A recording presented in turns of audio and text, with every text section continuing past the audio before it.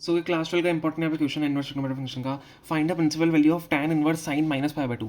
देखो tan inverse sin minus pi by two की value कैसे निकालेंगे? सबसे पहले हमें अंदर वाली टर्म को पहले सिंप्लीफाई करेंगे, क्योंकि देखो इसमें क्या होता है, जब भी इनवर्स ट्रिग्नोमेट्रिक फंक्शन का क्वेश्चन होता है तो आपको ये जो इनवर्स ट्रिग्नोमेट्रिक फंक्शन है आपको अंदर सेम जैसे tan का नॉर्मल ट्रिग्नोमेट्रिक फंक्शन लाना पड़ेगा। मतलब tan इनवर्स tan फिर समथिंग एंगल, तो वो inverse trigonometric function normal trigonometric function से कैंसिल होता है, देन हम फाइनल अपना आंसर निकालते हैं। तो सबसे पहले इसको सिंप्लीफाई करेंगे।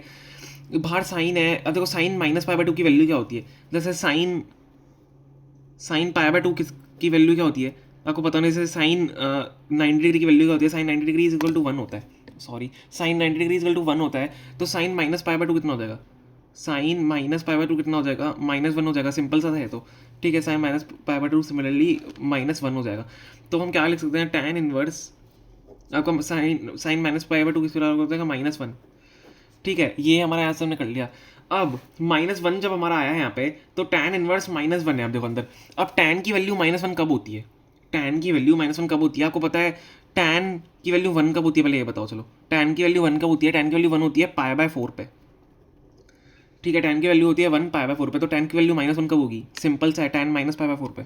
ठीक है, समझ में आ गया? tan की कैमरा हमारा ज़्यादा हिल रहा है। tan की वैल्यू -पाई/4 पे -1 होगी। समझ में आ गया?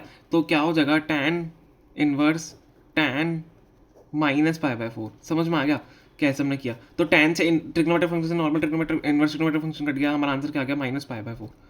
तो ये मतलब आपको मेनली बस ट्रिग्नोमेट्रिक फंक्शन के आपको यूनिट्स याद रखना पड़ता है कि कहाँ पे क्या होता है। 1 कहाँ पे होता है, 3/2 √3/2 कहाँ पे होता है, 1/2 कहाँ पे होता है, 1/√3 कहाँ पे होता है tan में। तो आपको ये सब चीज़ ध्यान रखनी होती है। बाकी ये तो ईजी था हमारा क्वेश्चन, ये हमारा फाइनल आंसर है इसका। Okay, thank you so much for watching.